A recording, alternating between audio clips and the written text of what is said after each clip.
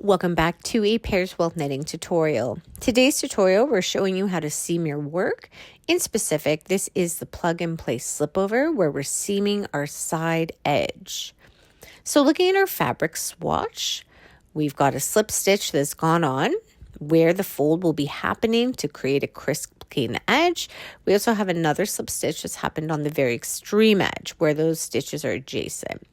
I'm using my tapestry needle right now just to show you where that column lies with the slip stitches, where that V is, and just folding it up with my hands like a little sandwich to show you where the folding would happen. And those slip stitches really help guide where the fold will be in your fabric. Lifting up those stitches again with the needle just to show you where they are. There's a bigger hole in those, of course, because you've slipped stitches every other row and every other row you've knit.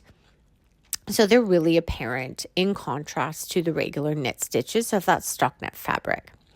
I'm getting my working yarn sorted out here and I'm measuring about what will be 4.5 times the length of this swatch. It's going to be 4.5 times the distance or the length of your entire slipover from front to back.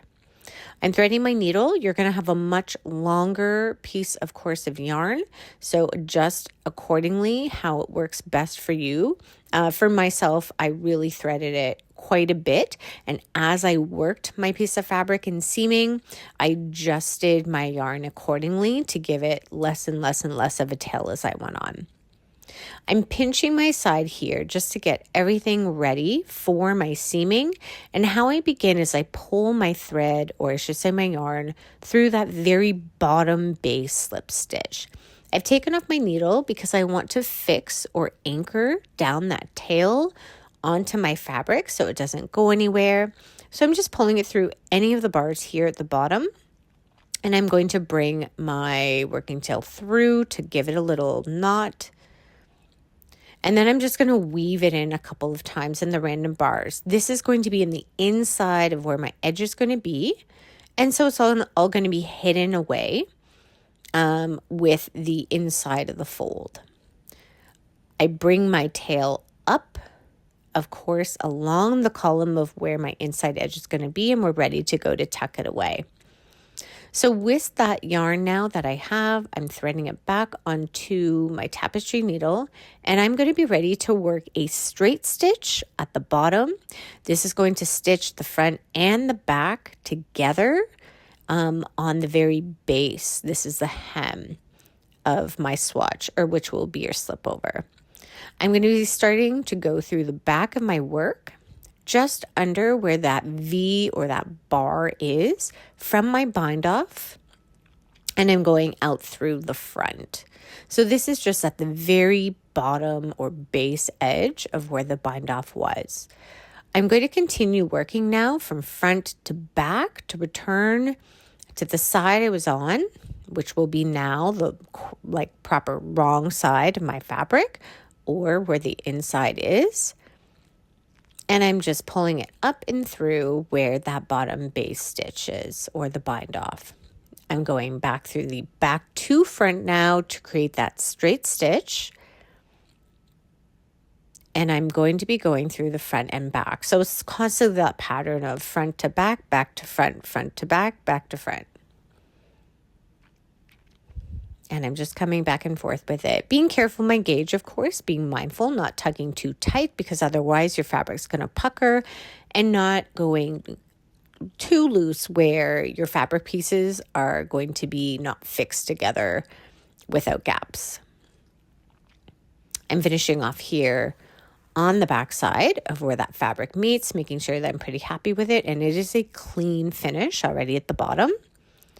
We have a real natural fold that's happening because of the slip stitch, and we're ready to start seaming with the whip stitch. So we're looking at the bars that are coming up here on the side of our ribbing, and they're going to be the anchoring points in which we're going to use the whip stitch and go up and through those slip stitches on the very edge of our fabric that we've created.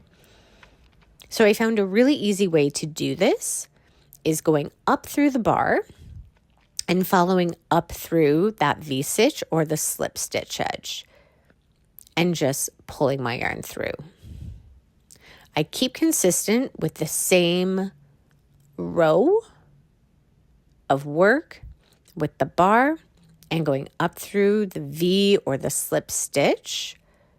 As I do so, I'm being mindful to work every other bar because the slip stitches, of course, are being worked every other row. Because if I picked up every bar of every single row and stitched it together or seamed it together with my slip stitches, it would not be in the right order. You would get puckering of your fabric because it's every other row. So being mindful that I'm picking up every other bar and going up through every single slip stitch, if that makes sense. So that's what I'm doing. I'm just showing a close-up idea here, going through my bar and up through that V or my slip stitch edge and just tugging on my yarn. Be mindful of gauge. With my non-dominant hand the entire time, I'm of course pressing the fabric down, flattening and smoothing that fabric. I'm also ensuring that the slip stitch edge at the very edge of where the fabric will be, where the fold is keeping consistent. So that slip stitch is constantly being on the outside. It's not waffling in or out, but keeping really nice and straight. And I have noticed in doing this a number of times that not only is this way quite efficient, going up through the bar and mimicking up through that slip stitch edge, but also it allows us to be quite consistent. I've noticed doing this a couple of times with the whip stitch is that this is a really efficient stitch to do, and especially in this method of picking up the bar, picking up the slip stitch, keeping your fabric flush or down on a flat surface, and constantly smoothing the fabric out with the non-dominant hand. I find I'm not a fantastic seamer, and I find this method is really helpful for consistency, but as well as effective in time. It does not take a heap of time to do. And if we compare a clean edge stitch like this to picking up a whole set of stitches and doing double knitting, this is much quicker than it would take to do a double knitting band. All right, just admiring the work here of how clean that edge is, showing that the slip stitch is consistently on the outside, but really happy with how it has turned out even unblocked. We've got that whip stitch on the edge there of the inside. The outside is looking clean. Really happy with this. We're going to be taking our tapestry needle with yarn and just showing you how I would weave it just along that edge stitch, just to hide it away, tuck it away, and give us that clean finish. So just giving it a little tug. And as we do so, of course, making sure that's not too tight within our fabric. We're set to go. We're going to give it a cut. She's ready to go.